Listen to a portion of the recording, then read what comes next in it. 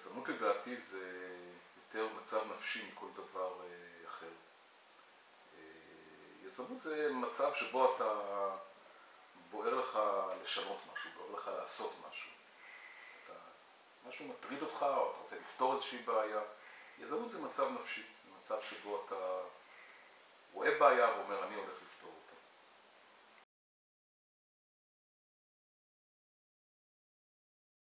המחאה החברתית מתקשרת ליזמות בשני אופנים מאוד ברורים. קודם כל, מי שיזם אותה ומי שעשה אותה ומי שהוביל אותה, הוא יזם, זה פעילות יזמית.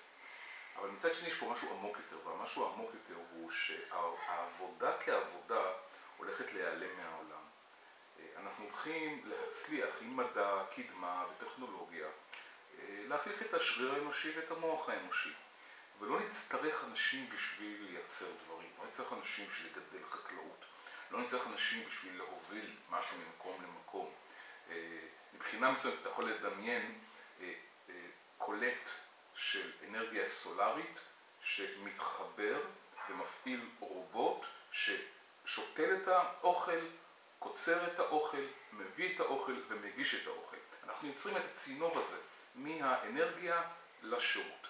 ובעולם הזה, זה עולם שבו העבודה תפסיק לשמש תפקיד כל כך חשוב שהיא שימשה במאות שנים האחרונות.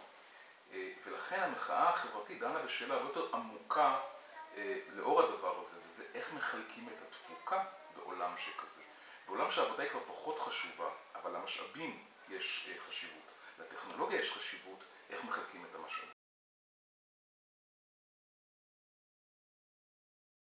יזמות היא חלק מהתהליך שמאפשר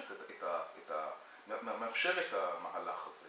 היזמות יוצרת את הקדמה, יוצרת את המדע, יוצרת את הטכנולוגיה, ובונה לנו עולם שמייתר את העבודה, ואגב, החדשות הטובות הן עולם שבו נוכל לעסוק יותר במשמעות ובאושר שלנו ובקיום שלנו, ופחות באיך לייצר את הלחם. אני חושב שזה חדשות טובות, למרות שהדור הקודם תמיד מפחד מאוד מהשינוי הזה. אני חושב שהיזמות היא מה שמביא את הדבר הזה, וזה תהליך טוב.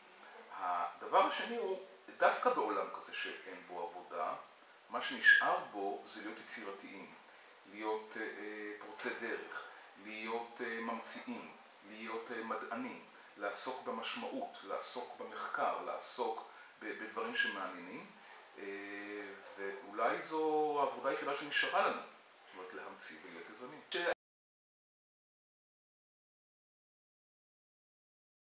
אני חושב שבני נוער יעשו את התפקיד של להיות בני נוער, וזה להיות אמיצים, וליצור ולחיות בעולם שהם גדלים אליו, ולקחת פחות עצות מהמבוגרים, ואני סומך עליהם. אני סומך עליהם בני נוער עשו את התפקיד הזה כבר במשך הרבה שנים, ובינתיים יצא מצוין. אני רואה את העולם היום, לא מקנא במי שחי לפניי.